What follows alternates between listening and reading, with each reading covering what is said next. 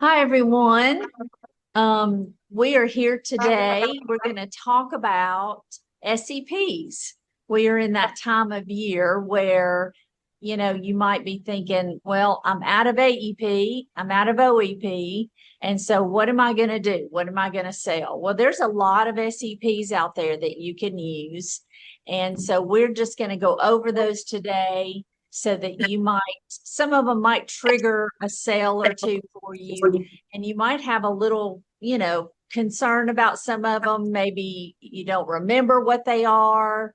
And so we're just going to go over those today, Josh and I.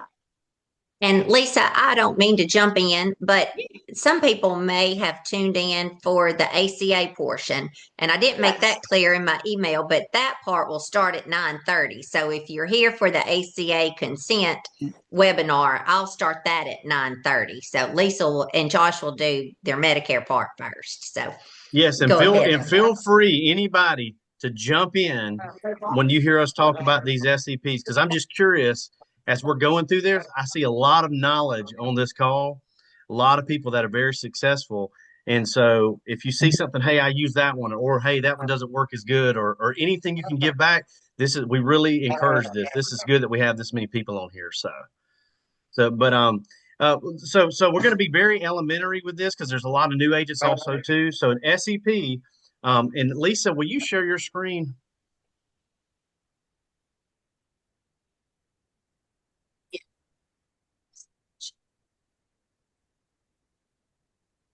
Can y'all see that? Not No. yet. No?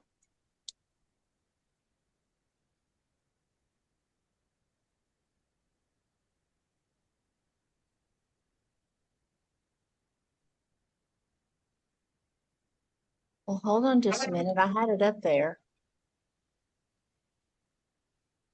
While you're doing that, I'll just go ahead, Lisa, and just talk through some things.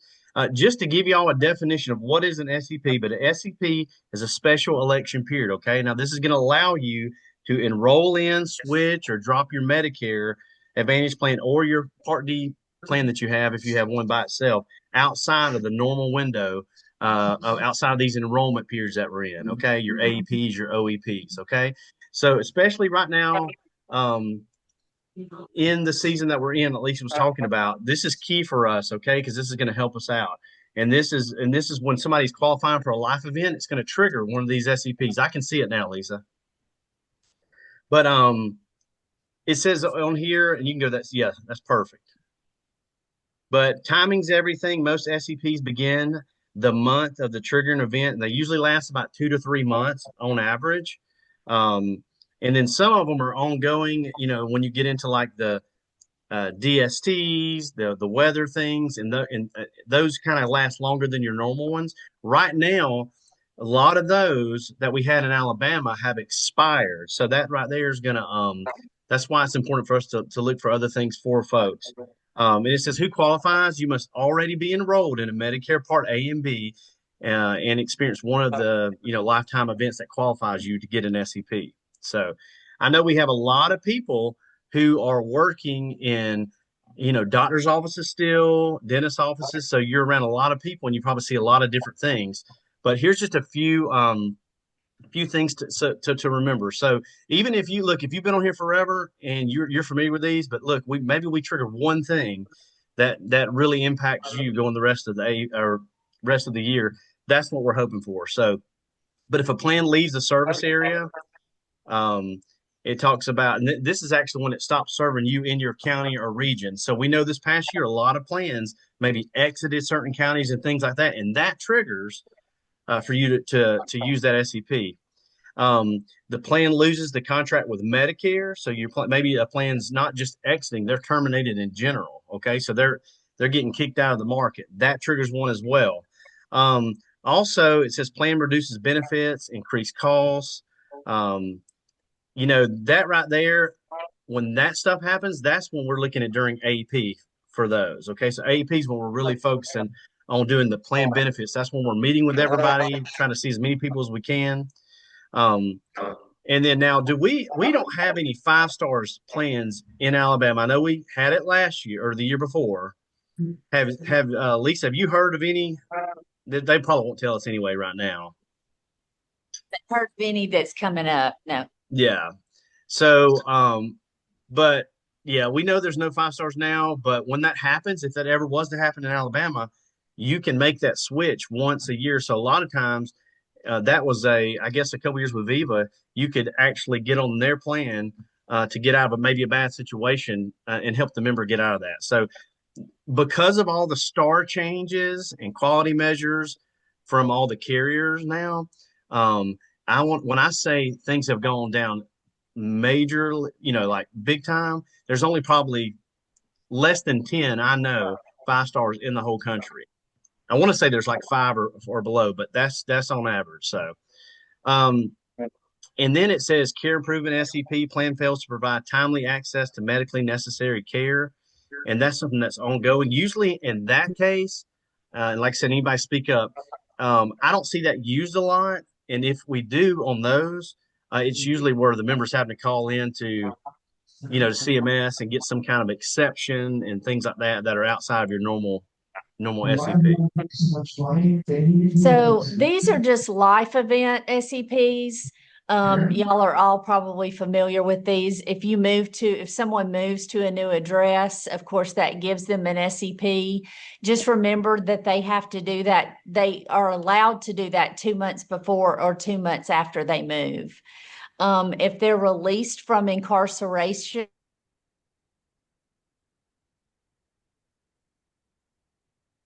She froze. Y'all hear me? Yeah, we can hear you, Josh. You can hear It's me? just Okay. Well, Lisa. yeah, she froze. So if somebody moves to a new address, if they come back from being outside the U.S., from being abroad, you get one as well. And you see the theme of all this is usually it's 2 months before. You always see that 2 months, 2 months, 2 months. Now, if somebody's released from jail, hey, listen here. Tim Martin, when he got released, he was able to switch from a Humana, to a Cigna plan or a HealthSpring plan. So he's a good one to reach out to there. But I know that may seem silly, but maybe you know somebody that works out of jail. A lot of these people, they've been, this may be, we lost her totally. So I'll just read it out loud till she gets back because I have it right here on my phone, if that's okay with y'all. But let's get back up here. So seriously though, like it's the same thing where, we talked about moving to a new address. Well, what triggers in my brain is, hey, real estate agents, okay? Obviously, if you're working like at a location, some type of something in the community, you'll see a lot of people, they'll say, hey, we just moved here from that. But thinking outside the box, hey, what realtors can I give my card to so I could get my name out there? Maybe they're having, all these new people, they're giving them bags. My realtor gave me a gift. Maybe I stick a card or a flyer in there and I work with them the same. I give their card out, things like that. So, um, and then, Josh, there's a question in the chat. Someone asked, what if someone was just out of the country visiting and missed open enrollment? so if they missed open enrollment, so from OEP,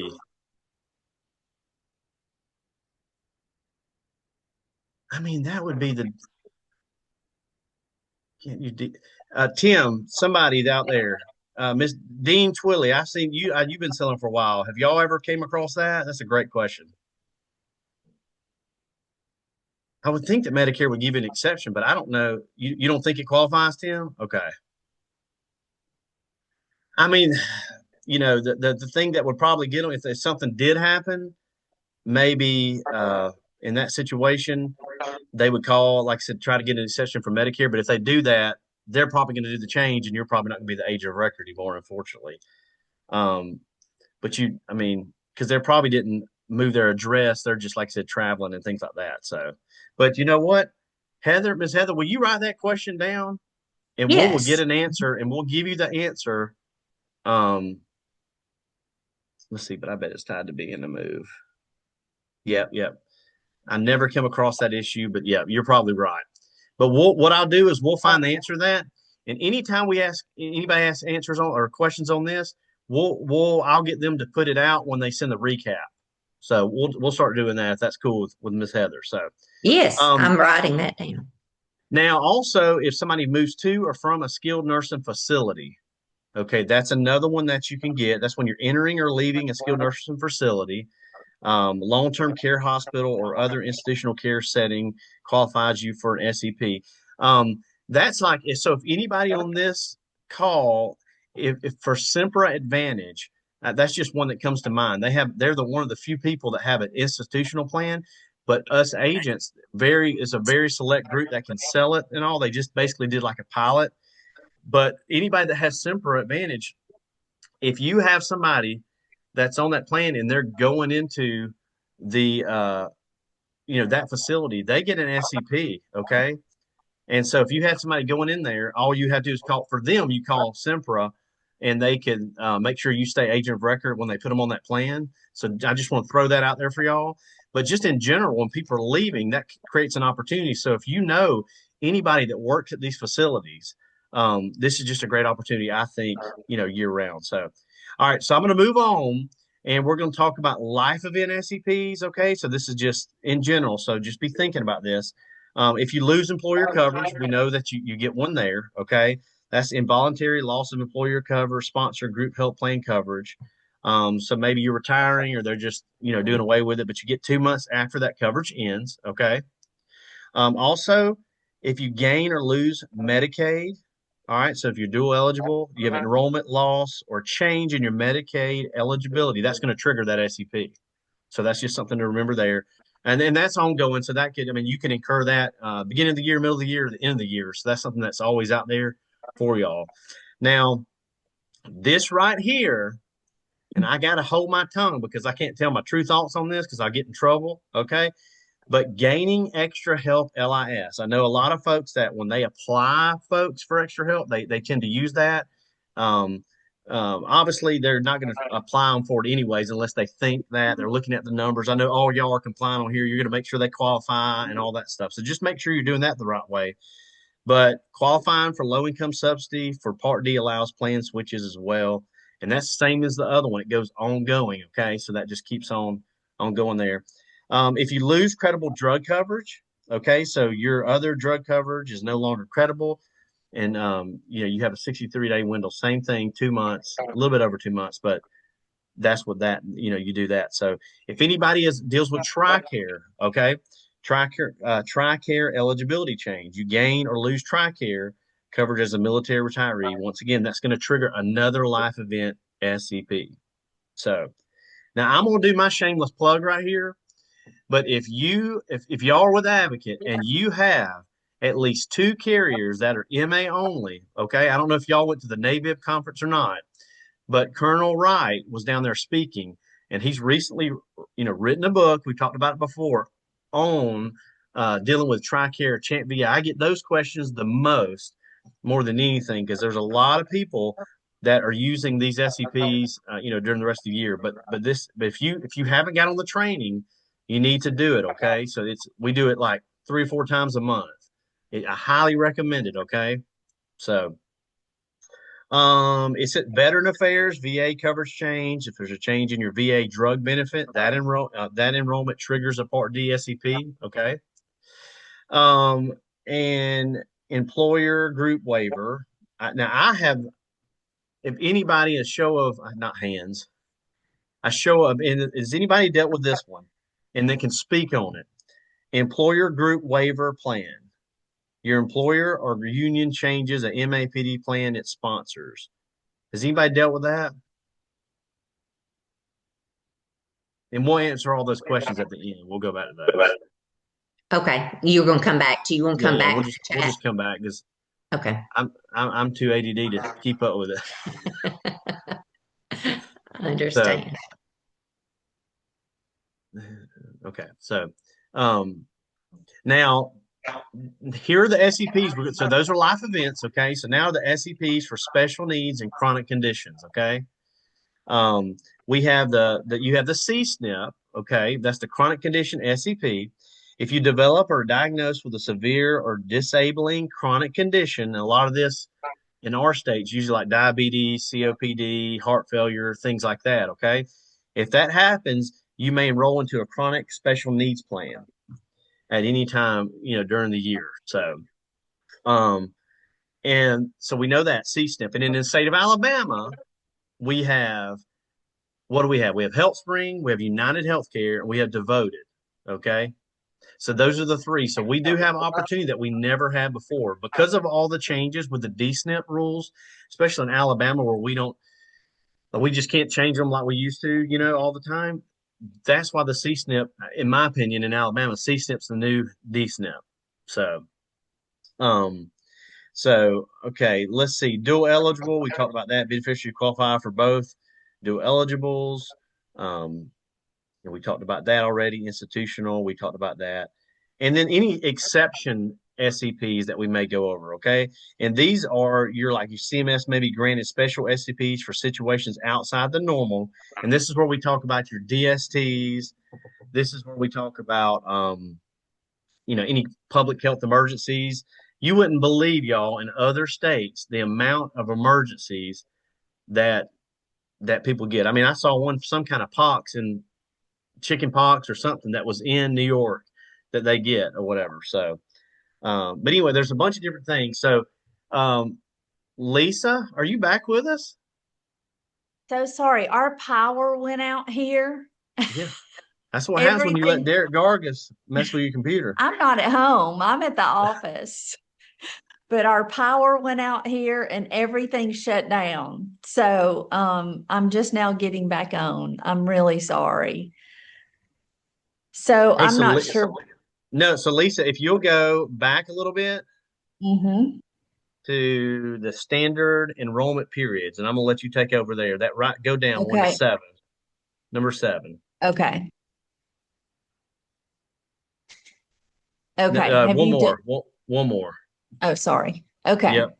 All yours. Okay, so this just talks about the standard enrollment periods. These are not SEPs, so all of you probably know these. But AEP, what you can do during AEP, you can switch between original Medicare and MAs or change their Part D plans. And of course, if you do that, these changes take effect January 1st. And that period is October 15th through December the 7th. And then we all have OEP, which the only way that you can make a change is if they're enrolled in an MA plan, they can switch to another MA plan. So, or return to original Medicare and a PD and a Part D only one time. So that's all that they can do during OEP. And that period is January 1st through March 31st. Then there's IEP, which is somebody's first opportunity to enroll in Medicare and select coverage options. That's 3 months before to 3 months after their 65th birthday month. And then there's initial coverage election period, and that's when somebody has the first chance to elect an MA or a Part D when they're newly eligible for Medicare. And that's 3 months before Part B starts to the month of Part B starts. So those are your standard enrollment periods. Those are SEPs, but you're probably familiar with all of those.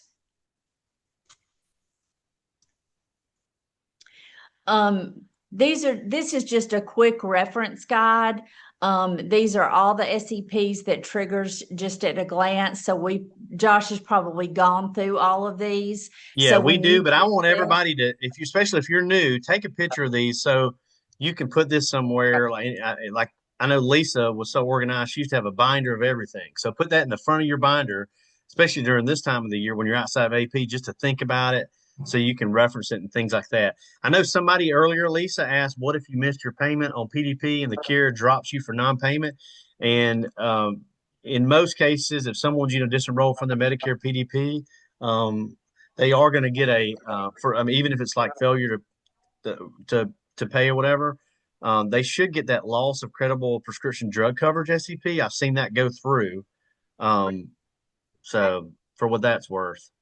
Okay. Hey, Lisa, for any new Medicare agents, are we able to get this slideshow? Yes, we're going to send it out. Absolutely. We'll send it out this afternoon or tomorrow. You'll get it.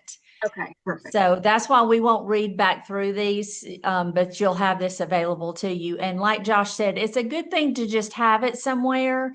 So if somebody walks in and you're thinking, well, I just really can't help them, you can quickly look at these and see if maybe you can come up with something.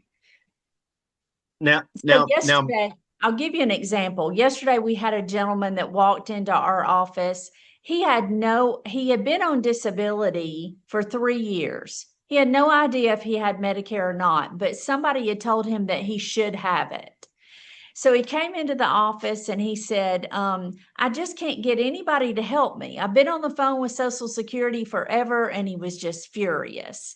So we quickly looked him up in Marks. He had Medicare. He had Medicare since last year. He had no idea he had it.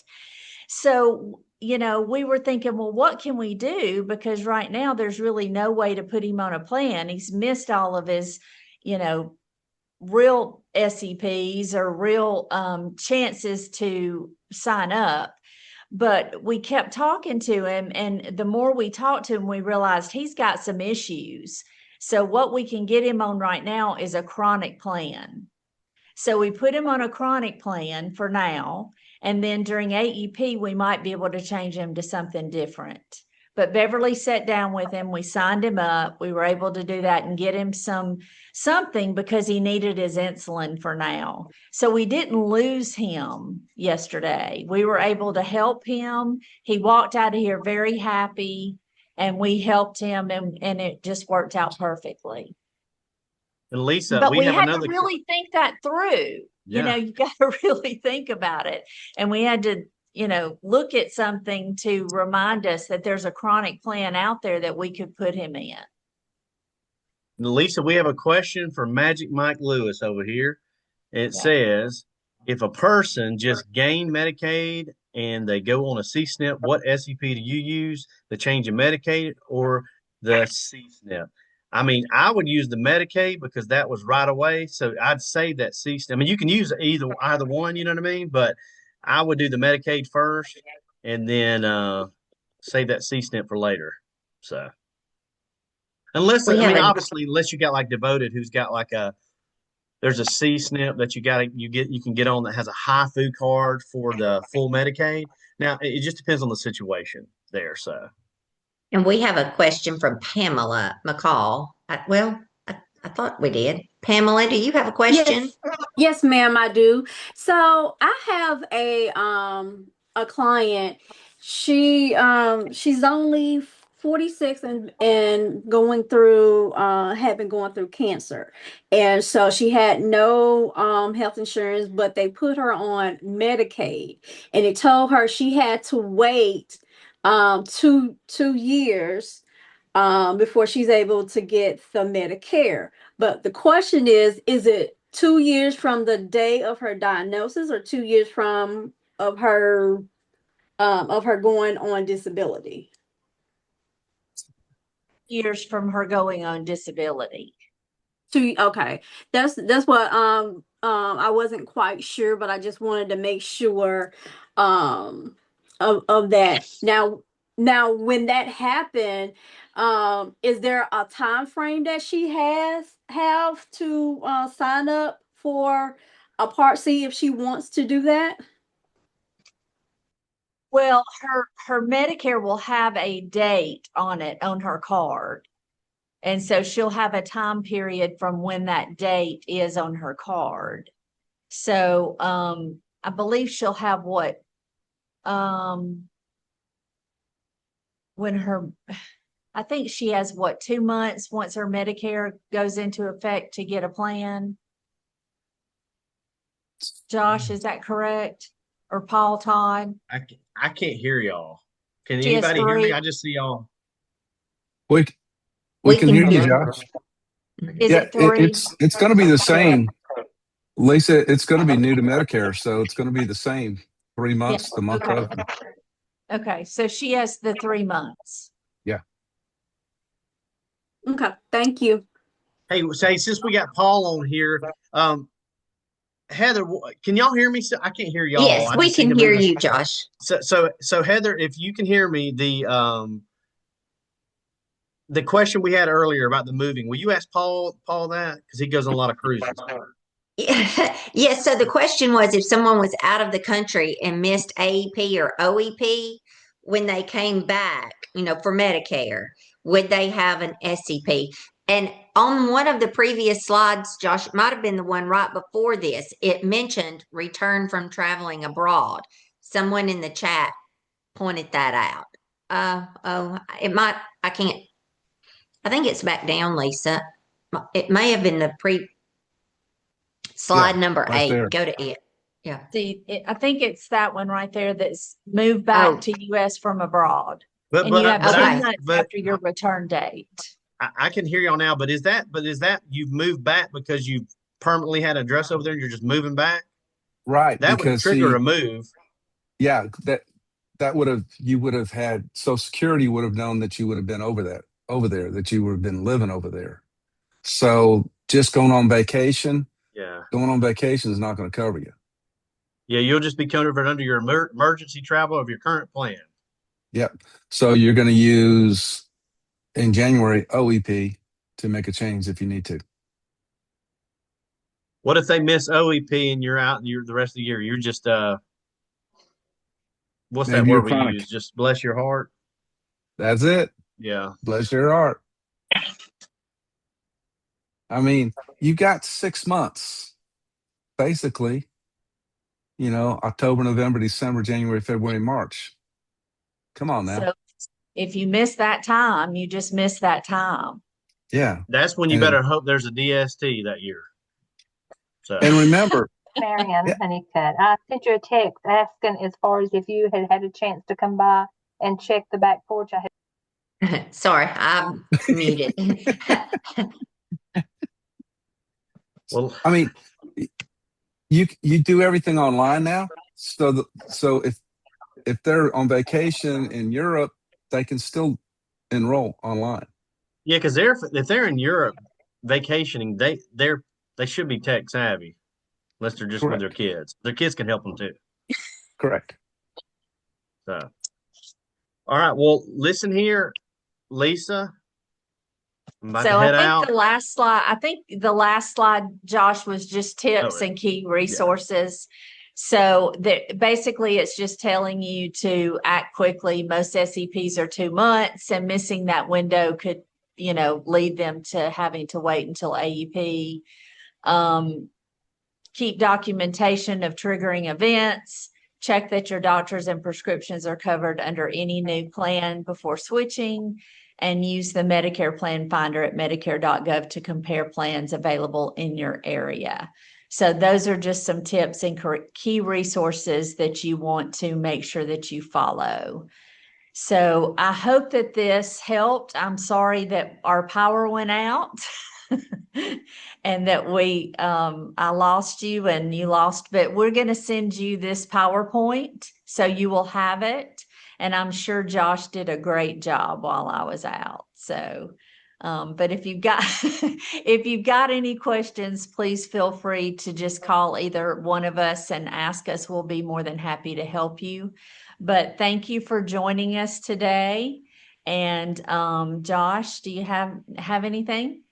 Just anybody, I have a GoFundMe account for Disney. So if anybody wants to contribute to that, we'll make sure the funds are used correctly this week and next. I can tell you But- how. Two tidbits. I can tell you how, Josh, because when we sign up someone for Medicare Advantage plan, instead of saying that we have an ancillary plan, it's your necessary plan because it is a deductible buster that we need to talk about. Keep those terms. And therefore, if we're selling more than Josh is making more, so he's got his Disney trip. So it's our necessary plan, right? And we're going to sell him a deductible buster. Look at Just that. an I idea. mean, you can take the preacher out of it, but you can't take it out of him. I love it. I love it. No, can't. Hey, y'all be good and have a wonderful day. Enjoy Disney, Josh. And it's 9:30, so we're going to get started with Heather. She's going to start her ACA. Thank you.